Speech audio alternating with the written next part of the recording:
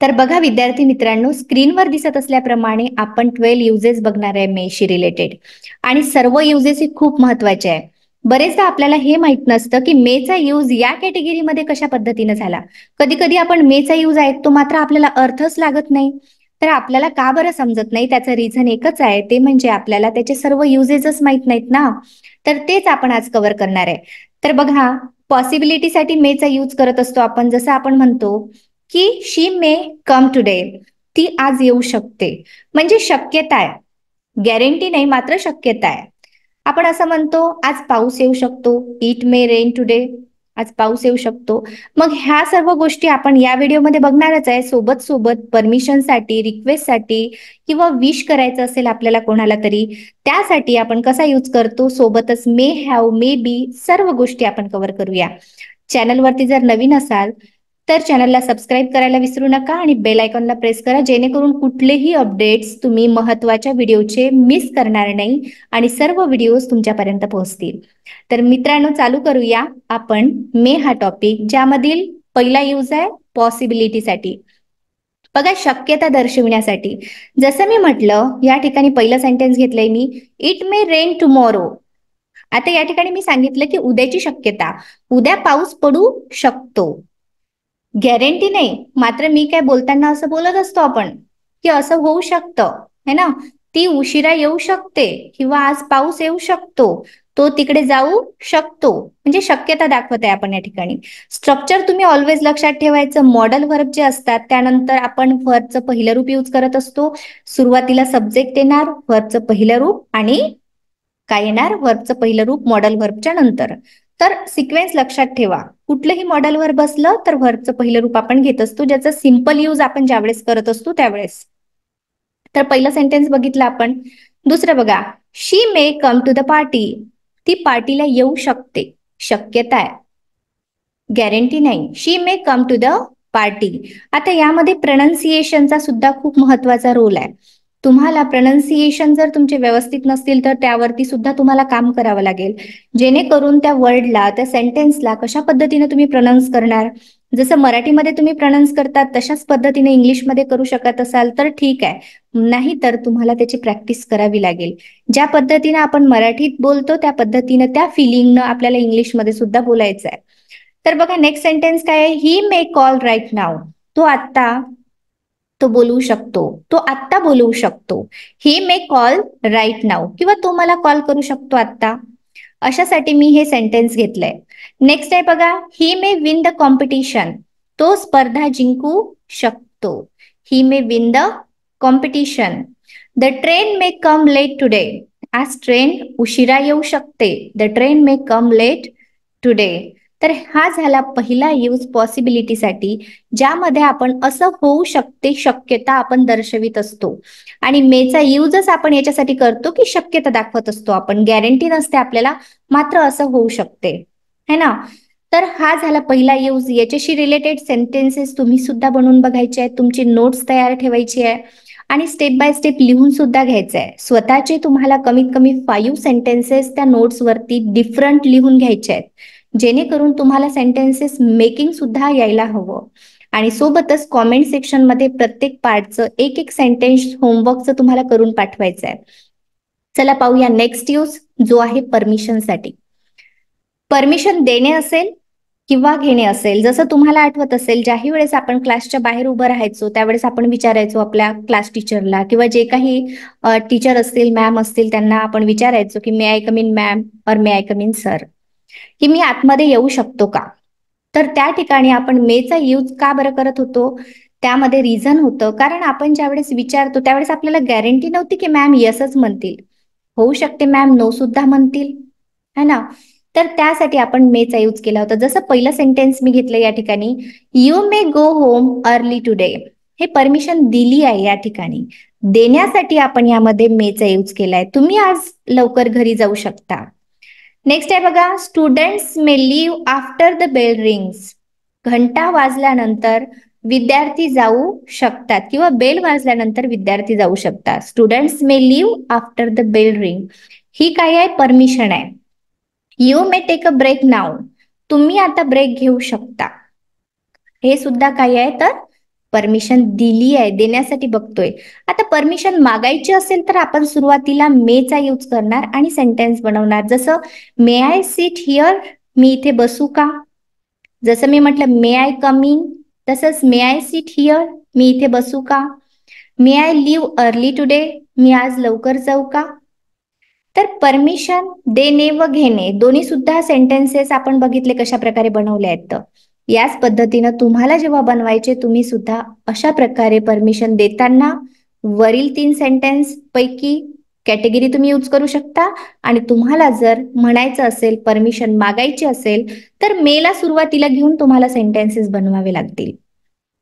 तर विद्यार्थी मित्रांनो, जर तुम्हाला माझी टीचिंग मेथड आवडत असेल आणि तुम्हाला डिटेल शिकायचं असेल स्टेप बाय स्टेप, तर येवले अकॅडमीवरती कोर्स लॉन्च झालाय आपला स्पोकन इंग्लिश कोर्स. तिकडे जाऊन अगदी कमी प्राइस मध्ये कोर्स आहे, तो घेऊन तुम्ही घर बसल्या step by step in detail English शिकू शकता. आणि जर फ्री मध्ये शिकायचं असेल तर येवले अकॅडमी या चॅनलला भरभरून प्रेम द्या आणि इकडे सुद्धा तुम्ही इंग्लिश शिकू शकता, नो प्रॉब्लेम.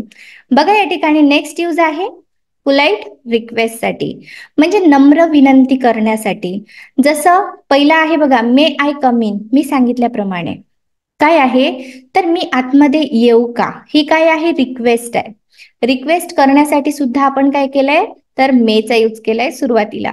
नेक्स्ट आहे बघा, may I ask you a question, मी तुम्हाला एक प्रश्न विचारू का? May I ask you a question.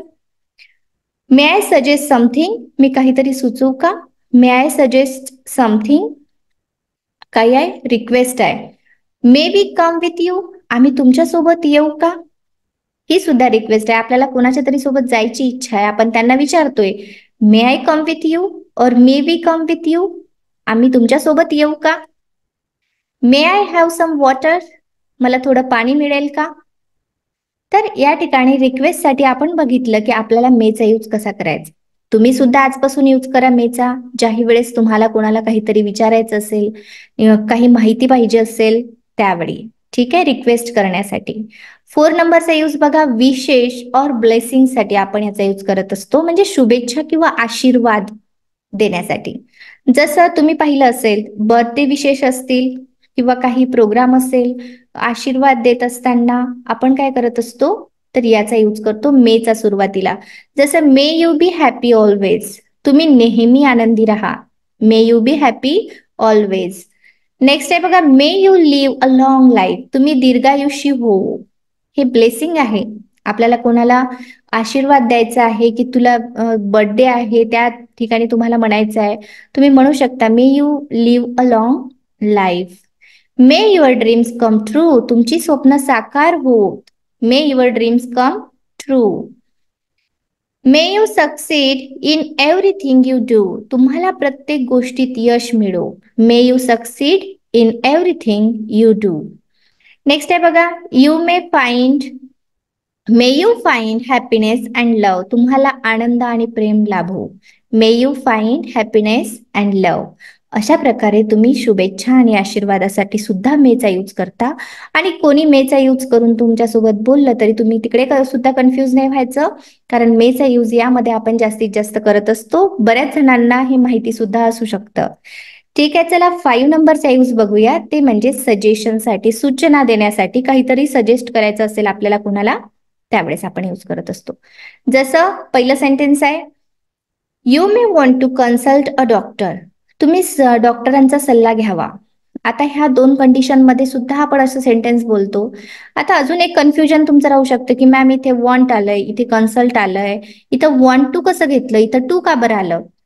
तर या ठिकाणी तुम्हाला असं एक क्लिअर करते डाऊट की ज्याही वेळेस 2 व्हर्ब एका सेंटेन्स मध्ये येत असतील तर 2 व्हर्बला जोडण्याचं काम हे टू न करत असतो आपण. म्हणजे पहिलं व्हर्ब झाल्यानंतर आपल्याला जर दुसरं व्हर्ब लावायची गरज पडत असेल तर आपण टू नी दुसरं व्हर्ब त्या ठिकाणी लावत असतो. जसं म्हटलं, you may want to consult a doctor, तुम्ही डॉक्टरांचा सल्ला घ्यावा. आपण काय करतोय, सजेस्ट करतोय कोणाला तरी. नेक्स्ट आहे बघा, you may wish to apply for the job, या ठिकाणी सुद्धा 2 व्हर्ब आहे, एक आहे विश आणि एक आहे अप्लाय, याला जोडलंय आपण टू नी. You may wish to apply for the job, तुम्ही त्या नोकरीसाठी अर्ज करावा, कोणीतरी आपल्याला सजेस्ट केले, होऊ शकतं तू लागशील. You may wish to apply for the job. We may need to prepare more, बघा, आपल्याला आणखी तयारी करावी लागेल. हे काय आहे, सजेशन आहे. आपली टीम असू शकते, आपण खेळायला जातोय कुठेतरी, आपली टीम आहे, तर आपल्याला जिंकायचं असेल तर we may need to prepare more, यासाठी सुद्धा आपण हे सेंटेन्स यूज केलेलं असावं. तुम्ही तुमच्या अकॉर्डिंग त्या परिस्थितीमध्ये हे सेंटेन्सेस यूज करू शकता. काही सेंटेन्सेस स्वतःचे सुद्धा तुम्ही हे पॅटर्न शिकल्यानंतर बनवू शकता. इट इज व्हेरी इझी, कारण सिंपल पॅटर्न आहेत. सिंपल सिंपल सेंटेन्सेस आपण बनवू शकतो अगदी सोप्या वेनी. नेक्स्ट आहे बघा, she may benefit from some rest. तिला थोड्या विश्रांतीचा फायदा होईल. सजेशन आहे की ती थकली आहे, तिला थोड्या विश्रांतीचा काय होईल, फायदा होईल. She may benefit from some rest. They may want to change their plan. त्यांनी आपली योजना बदलावी. हे सजेशन दिलंय आपण, त्यासाठी सुद्धा आपण काय केलंय, मेचा यूज केला. तर तुम्हाला हे माइंडमध्ये लक्षात ठेवायचे की आपण मेचा यूज कशासाठी करतो. सजेशन देण्यासाठी सुद्धा करतोय, तर कशा पद्धतीचे सजेशन आपण यामध्ये देत असतो. बघा, इथे दिलंय आपण, they may want to change their plan. त्यांना आपली योजना बदलावी, त्यांनी आपली योजना बदलावी, अशा अर्थाने. तर हा झाला यूज 5 नंबरचा. आता बघूया आपण 6 नंबरचा यूज, जो आहे हायपोथेटिकल सिच्युएशन्स, म्हणजे काल्पनिक परिस्थिती. आता यामध्ये तुम्हाला एक गोष्ट मला सांगायची आहे की काल्पनिक गोष्टी असतात. जसं मी म्हणते की मी जर श्रीमंत असते तर मी हे केले असते, मी ते केले असते. म्हणजे आपण जेव्हा सांगतो की जर असं असतं ना तर असं झालं असतं, तर त्यावेळेस आपण हायपोथेटिकल सिच्युएशन्स मध्ये मेचा यूज करतो. म्हणजे कंडिशनल सेंटेन्सेस आहेत हे. तुम्ही जर कंडिशनल सेंटेन्सेस डिटेलमध्ये शिकलेले नसाल तर प्लीज जा. आणि कंडिशनल सेंटेन्सेस हे वेगवेगळ्या कॅटेगरीमध्ये डिवाइड झालेले असतात. तर ते सर्व सेंटेन्सेस आपण त्याचे व्हिडिओ टाकले आहेत. डिस्क्रिप्शन बॉक्समध्ये सुद्धा मी लिंक टाकून देईल, जेणेकरून तुम्ही सर्व कंडिशनल सेंटेन्सेस बघून घ्या, म्हणजे तुम्हाला डाऊट राहायला नको. अशा गोष्टी आपण बरेचदा बोलत असतो, काल्पनिक परिस्थिती. म्हणजे जर असं असतं तर किती चांगलं झालं असतं. तर बघा, या ठिकाणी पहिलं सेंटेन्स बघा, तुमच्या लक्षात येईल. If I were rich I may travel the world. आता इथे अजून एक कन्फ्युजन की वेअर कसं आलं बरं. इथे तर आय आहे, त्यासाठीच तुम्हाला कंडिशनल शिकायचं आहे. आयच्या नंतर ज्याही वेळेस काल्पनिक गोष्टी आपण बोलत असतो त्यावेळेस सिंग्युलर जरी असलं तरी सुद्धा आपण वेअरचा यूज करत असतो. जसं इफ आय वेअर रिच, मी श्रीमंत असतो तर I may travel the world, तर मी जगभर प्रवास केला असता. नेक्स्ट आहे बघा, इफ इट वेरंट रेनिंग. इट जरी एक आहे तरी सुद्धा वेरंट घेतलंय आपण, कंडिशनल सेंटेन्स आहे म्हणून. इफ इट वेरंट रेनिंग, जर पाऊस पडला नसता तर we may have gone to the park, तर आम्ही पार्क मध्ये गेलो असतो. आता कंडिशन ज्या प्रकारची आहे त्या प्रकारचे सेंटेन्सेस आपल्याला यूज करावे लागतील. तर तुम्हाला हे सर्व सेंटेन्सेस समजण्यासाठी कंडिशनल सेंटेन्सेस सोबतच टेन्स सुद्धा तुमचे क्लिअर असायला हवे. कारण आपण यामध्ये बघा, past tense, simple past tense सुद्धा यूज करतोय, पास्ट प्रेझेंट परफेक्ट सुद्धा यूज करतोय. मग यामध्ये तुम्हाला कन्फ्युजन नको, तर टेन्सच्या व्हिडिओची सुद्धा लिंक मी डिस्क्रिप्शन बॉक्समध्ये टाकून देईल. ते पाहिली नसेल ते सुद्धा बघून घ्या. बघा, he may have become a doctor if he had studied harder. तो अधिक अभ्यास केला असता तर तो डॉक्टर झाला असता. त्याने अधिक अभ्यास केला असता तर तो काय झाला असता, डॉक्टर झाला असता. तर हे काय कंडिशन आहे, पण त्याने असं केलं नाही. जर केलं असतं तर असं झालं असतं. हे काल्पनिक स्थितीमध्ये आपण बोलतोय. रियालिटी आहे का, तर नाही. पण हे रियालिटी बनवू शकली असती, पण त्यानं असं केलं नाही.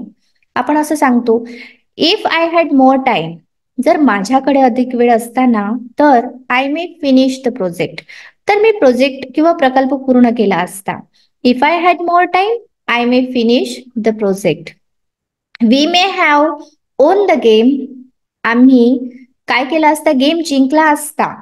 If we had practice more, जर आम्ही अधिक सराव केला असता किंवा अधिक प्रॅक्टिस केली असती तर आम्ही गेम जिंकला असता किंवा खेळ जिंकला असता. तर कंडिशन आहेत ह्या, की असं केलं असतं. तर काल्पनिक, रिअल काहीच नाही. असं काल्पनिक आपण खूप बोलत असतो बोलताना, त्यासाठीच आपण या पॅटर्नचा यूज करतो. यामध्ये तुम्हाला कुठे मे हॅव गॉन दिसेल, कुठे मे ट्रॅव्हल दिसेल, V1 V2 अशा पद्धतीचं दिसू शकतं. मात्र त्यासाठी कंडिशनल तुमचे क्लिअर असणे हे खूप महत्वाचं आहे. तर चला जाऊया नेक्स्ट यूज कडे, जो आहे मे बी, म्हणजे कदाचित असेल किंवा असू शकतं. जसं आपण म्हणतो, सध्या आहे ना ती घरीच असेल, असं आपण बोलताना म्हणत असतो. मग त्यावेळेस आपण म्हणू शकतो, he may be at home तो आत्ता घरी असू शकतो. He may B, may be म्हणजे कदाचित, ॲट होम नाव, सध्या तो घरी असू शकतो असं मला वाटतं, गॅरंटी नाही आहे. शी मे बी ॲट गार्डन, ती बागेत असू शकते असं मला वाटतं, ती बागेत असू शकते, तिथे शोधा तुम्ही तिला, असं बोलतो आपण. इट मे ट्रू, हे खरं पण असू शकतं, but I am not sure, पण मला नक्की माहित नाही, मी नक्की सांगू शकत नाही. इट मे बी ट्रू, हे खरं पण असू शकतं. आता बी म्हणजे काय असते, बी म्हणजे असण्यासाठी आपण बीचा यूज करतो. हे काय आहे, वर्ब आहे है ना. बी म्हणजे असणे, मग कोणीतरी असेल हे सांगण्यासाठी आपण या ठिकाणी काय करतोय, तर बीचा यूज करतोय आणि समोर ऑब्जेक्ट लावतोय. यामध्ये वर्ब तुम्हाला दिसणार नाही. नेक्स्ट बघा, Radha may be in school, Radha शाळेत असू शकते. मला असं वाटतं राधा आहे ना, राधाला शोधताय ना तुम्ही, ती शाळेत असू शकते. ही may be a good teacher, तो एक चांगला शिक्षक असू शकतो. तर ज्याही वेळेस तुम्हाला अशा पद्धतीचं बोलायचं असते, कदाचित असेल किंवा असू शकते, त्यासाठी तुम्ही मे बीचा यूज करून नंतर ऑब्जेक्ट लावायचा आहे आणि सेंटेन्स बनवायचा आहे. इजंट इट इझी, सोपं आहे ना. इट इज नॉट हार्ड, हे काहीही हार्ड नाही आहे, बिलकुल नाही. तर बघा 8 नंबरचा यूज बघूया आपण. मे हव आणि ऑब्जेक्ट यूज केलं तर काय होतं. तर बघा, माझ्याकडे एखादी गोष्ट आहे हे सांगण्यासाठी मी यूज करते हॅवचा. तर त्याच पद्धतीनं माझ्याकडे असू शकते हे सांगण्यासाठी मला यूज करावं लागेल मे हॅवचा. जसं मी म्हटलं, I have a teaching talent, माझ्याकडे टीचिंग टॅलेंट आहे. तर मला म्हणायचं आहे, I may have teaching talent, माझ्याकडे टीचिंग टॅलेंट असू शकतं. तर असू शकतं म्हणजे सध्या नाही आहे, पण असू शकतं, शक्यता आहे, गॅरंटी नाही. त्यावेळेस आपण मे हॅव आणि ऑब्जेक्टचा यूज करतो, जवळ असू शकतं या सेन्सने. जसं पहिलं सेंटेन्स घेतलं मी, she may have the key to the office, तिच्याकडे ऑफिसची किल्ली असू शकते. तिच्याकडे असू शकते यासाठी घेतलं, she may have the key to the office. Next आहे बघा, he may have the documents you are looking for, तुम्ही शोधत असलेले कागदपत्र जे आहेत ना, डॉक्युमेंट्स आहे ना, त्याच्याकडे असू शकतात, शक्यता आहे त्याच्याकडे असण्याची, नक्की माहिती नाही. कडे असणे, बघा, they may have the solution to this problem, या समस्येचे उत्तर त्यांच्याकडे असू शकते. असू शकते मात्र नक्की माहित नाही. We may have the right address for the delivery, आमच्याकडे डिलिव्हरीसाठी योग्य पत्ता असू शकतो. वी मे हॅव म्हणजे आमच्याकडे असू शकतं, दे मे हॅव त्यांच्याकडे असू शकतं, ही मे हॅव त्याच्याकडे असू शकतं, शी मे हॅव तिच्याकडे असू शकतं. शी मे हॅव परत आलं बघा, की तिच्याकडे असू शकतं काय, द इन्फॉर्मेशन यू नीड, तुम्हाला हवी असलेली माहिती तिच्याकडे असू शकते. जाऊया आपण 9 नंबरच्या यूजकडे, जो आहे मे हॅव टू आणि व्हर्बचं पहिलं रूप आपल्याला घ्यायचं आहे. करावं लागेल या सेन्सने. जसं मला करावं लागतं, त्यासाठी मी हॅव टूचा यूज करेल. I have to make a tea, मला चहा बनवावा लागतो. तर हॅव टूचा यूज ज्यावेळेस मी करते त्यावेळेस त्याचा अर्थ होतो की करावं लागतं. मे हॅव टू म्हणजे करावं लागेल. जसं बघा, या ठिकाणी पहिलं सेंटेन्स घेऊ आपण, तुमच्या लक्षात येईल. I may have to leave early tomorrow for a meeting, मला उद्या बैठकीसाठी लवकर निघावं लागेल. असं सांगत असताना म्हणजे मला करावं लागेल या अर्थाने, करावं लागू शकतं या अर्थाने देखील तुम्ही मे हॅव टूचा यूज करू शकता. जसं नेक्स्ट आहे बघा, she may have to study more for her exam. She may have to study म्हणजे तिला तिच्या परीक्षांसाठी अधिक अभ्यास करावा लागेल किंवा लागू शकतो. दोन्ही सुद्धा अर्थाने तुम्ही घेऊ शकता या ठिकाणी. नेक्स्ट सेंटेन्स आहे बघा, they may have to wait until the issue is रिसॉल्व्ड.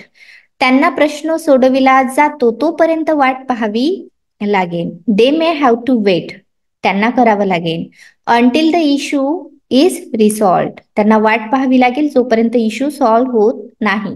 We may have to cancel the event if it rains, जर पाऊस पडला तर आम्हाला कार्यक्रम रद्द करावा लागेल. पावसावर डिपेंड आहे, जर पाऊस पडला तर कार्यक्रम आम्हाला रद्द करावा लागेल याच्यासाठी आपण घेतलंय may have to. She may have to pay extra if the charges increase, बघा जर शुल्क वाढले तर तिला अतिरिक्त पैसे पे करावे लागतील. She may have to pay extra if the charges increase. अशा पद्धतीनं मे हॅव टूचा यूज तुम्ही करू शकता ज्यावेळेस तुम्हाला म्हणायचं आहे की असं करावं लागेल यासाठी. तर अशा कॅटेगरीचे सेंटेन्सेस तुम्हाला सुद्धा बनवून बघायचे आहेत तुमचे वेगळे. काही सेंटेन्सेस एक्स्ट्रा सुद्धा तुम्हाला काय करायचं आहे तुमच्या प्रॅक्टिससाठी, तुम्हाला ज्या अकॉर्डिंग सेंटेन्स पाहिजे त्या अकॉर्डिंग बनवून बघायचे आहेत. नेक्स्ट यूज बघूया आपण मे बी आणि व्हर्बचं थर्ड फॉर्म. केले जाऊ शकते या सेन्सने. जसं बघा, आता इथे अजून एक गोष्ट मला तुम्हाला सांगायची आहे. या ठिकाणी जे सेंटेन्स आहे हे सेंटेन्स आहे पॅसिव्ह व्हॉइसचं. म्हणजे मेचं पॅसिव्ह व्हॉइस करत असताना आपल्याला या पद्धतीनं करावं लागतं. जर तुम्हाला ते सुद्धा डिटेलमध्ये शिकायचं असेल तर मला कॉमेंट सेक्शनमध्ये कळवा, जेणेकरून मी त्याचा सुद्धा व्हिडिओ लवकरच बनवून तुमच्यासाठी अपलोड करेल. बघा या ठिकाणी मे बी आणि V3 केले जाऊ शकते. जसं the work may be completed by tomorrow. आता या ठिकाणी आपण V3 घेत असतो पॅसिव्ह व्हॉइस करत असताना, त्यामुळे या ठिकाणी V3 आलंय. The work may be completed by tomorrow. काम उद्यापर्यंत पूर्ण केले जाऊ शकते. नेक्स्ट सेंटेन्स बघूया आपण. The documents may be lost in the mail. बघा या ठिकाणी कागदपत्रे पोस्टमध्ये हरवली असू शकतात. तर असं डॉक्युमेंट्स विषयी बोलत आहे आपण या ठिकाणी. कशाविषयी? कारण हे पॅसिव्ह व्हॉइस आहे, त्यामुळे documents may be lost in the mail. कागदपत्रे पोस्टमध्ये हरवली असू शकतात या अर्थाने. The issue may be resolve soon. समस्या लवकरच सोडवली जाऊ शकते. The issue may be resolve soon. The keys may be left in the car. किल्ल्या गाडीतच राहिल्या असाव्यात. The keys may be left in the car. आता याचा सेन्स तुमच्या लक्षात येत असेल, केले जाऊ शकते या अर्थाने. किल्ल्या गाडीतच राहिल्या असाव्यात, राहिल्या असू शकतात असं सुद्धा याला आपण म्हणू शकतो. हा सुद्धा या ठिकाणी अर्थ लागू शकतो. ठीक आहे. The invitation may be sent later today. आमंत्रण आज नंतर पाठवले जाऊ शकते. The invitation may be sent later today. अशा पद्धतीने आपण बघितलं पॅसिव्ह व्हॉइस सेंटेन्सेस मेचे कशा पद्धतीचे असतात. तर या पद्धतीने आपण बनवतो V3चा यूज करून, आणि मेच्या नंतर बी आणि V3 घेतो. त्यानंतर ऑब्जेक्ट आपण या ठिकाणी लावलंय. ऑब्जेक्ट हे सुरुवातीला आलेलं आहे. वर्क असेल, डॉक्युमेंट्स, इश्यू, कीज, इन्व्हिटेशन हे सुरुवातीला असतं ऑब्जेक्ट. मे बी नंतर असतं कम्प्लिटेड, व्हर्बचं थर्ड फॉर्म आलेलं असतं. तर या ठिकाणी याचा अर्थ काय होता, तर केले जाऊ शकते या अर्थाने आपण या ठिकाणी हे सेंटेन्सेस बनवलेत. आता जायचंय आपल्याला समोर. नेक्स्ट यूज आहे तो म्हणजे मे बी आणि V4. करीत असेल यासाठी. जसं आपण म्हणतो ती अभ्यास करत असेल, तो खेळत असेल, यासाठी आपण मे बी आणि V4चा यूज करतो. आता V4 म्हणजे काय हे सुद्धा प्रश्न तुमच्या डोक्यात असेल तर कन्फ्यूज होऊ नका. V4 म्हणजे वर्बच्या पहिल्या रूपाला आपण ING लावतो, त्यालाच आपण V4 असं म्हणत असतो. ING form of verb. आणि तरी तुमच्या लक्षात नाही येणार तर येवला अकॅडमी चॅनलवरती वर्बचा व्हिडिओ आहे, त्याची लिंक सुद्धा डिस्क्रिप्शन बॉक्समध्ये मी टाकून देईन, जेणेकरून ते सुद्धा तुम्हाला पाहता येईल.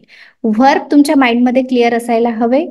त्यासाठी व्हर्बचा व्हिडिओ पाहून तुमच्या माइंडमधले सर्व व्हर्ब क्लिअर करा की V1, V2, V3, V4 काय असतं. चला बघा या ठिकाणी आता करीत असेल या सेन्सने आपण मे बी आणि V4चा यूज करत असतो. जसं she may be working late tonight. ती आज रात्री उशिरापर्यंत काम करत असेल. असेल अशी काय आहे पॉसिबिलिटी. नेक्स्ट आहे बघा ही मे बी स्लीपिंग. आता या ठिकाणी V4 घेतले आपण, स्लीपिंग राईट नाव. तो आत्ता झोपलेला असेल.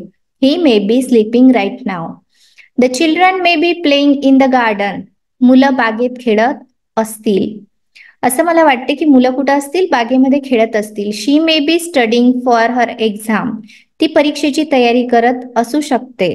असू शकते किंवा असेल ह्या दोन्ही अर्थाने आपण या ठिकाणी फक्त आपल्याला क्रिया चालू असेल हे दाखवायचंय. कारण V4 म्हणजे काय असतं की कंटिन्यू आहे, गोइंग ऑन आहे क्रिया, त्यासाठी आपण V4चा यूज करतो. He may be driving to work right now. तो सध्या कामावर जाण्यासाठी गाडी चालवत असेल. तर करीत असेल या सेन्सने आपण हे सेंटेन्स घेतले, V4 लावले मे बीच्या नंतर. तुम्ही सुद्धा याचे सेंटेन्सेस इझिली बनवू शकता, कारण मे बी आणि V4च लावायचं आहे. मग ज्याही कंडिशन मध्ये तुम्हाला सेंटेन्स बनवायचं आहे ते परिस्थिती, ते वर्ब घेऊन तुम्हाला त्याला V4 करायचं आहे आणि मे बी लावून सेंटेन्स बनवायचं आहे. सोपं आहे. आय होप तुम्हा सर्वांचं क्लिअर होत असेल. जाऊया पुढे. जर क्लिअर होत नसेल तर कॉमेंट सेक्शनमध्ये ते सुद्धा मला कळवा की मॅम आम्हाला ह्या गोष्टी समजल्या नाही. जिथेही डाऊट असेल त्या गोष्टी मला तुम्ही विचारत चला, जेणेकरून मला सुद्धा समजेल तुम्ही कितपत अभ्यास करताय. तर नेक्स्ट यूज आहे तो म्हणजे मे हॅव आणि V3. हा लास्ट यूज आपण आज बघणार आहे याचा, केले असावे या अर्थाने. जसं आपण पहिलं सेंटेन्स बघूया. He may have already left for the airport. तो आधीच विमानतळासाठी गेला असावा, म्हणजे गेला असावा. तर V3 आलेला आहे या ठिकाणी. V3चा आपण यूज करतो या ठिकाणी. लिव्हचं V3 लेफ्ट घेतलंय आपण. नेक्स्ट सेंटेन्स आहे बघा. We may have taken the wrong road. आम्ही चुकीचा रस्ता घेतला असावा, म्हणूनच आम्ही चुकीच्या ठिकाणी पोहोचलो. We may have taken the wrong road. She may have finished. V3 आलंय बघा. फिनिश्डचं third form finished the project by now. तिने आतापर्यंत प्रकल्प पूर्ण केला असावा. They may have misunderstood the instructions. त्यांनी चुकीच्या सूचना समजल्या असाव्या किंवा ऐकल्या असाव्या. They may have misunderstood the instructions. She may have met him. ती त्याला भेटली असावी. तर या ठिकाणी V3चा यूज करून आपण सेन्स कुठला घेतलाय? केले असावे, असं झालं असावं, असं मला वाटतं. ते पोहोचले असावे. ही मे हॅव रिच्ड. ते पोहोचले असावे. तर अशा अर्थाने आपण या ठिकाणी मे हॅव आणि V3चा यूज करून सेंटेन्सेस बनवतो. तुम्ही सुद्धा या कॅटेगरीचे सेंटेन्स बनवा आणि तुमचं होमवर्क आहे प्रत्येक जे काही कॅटेगरीज आपण 12 बघितल्या प्रत्येकाचं एक एक सेंटेन्स बनवून तुम्हाला कॉमेंट सेक्शनमध्ये पाठवायचं आहे. मी नक्की चेक करेल.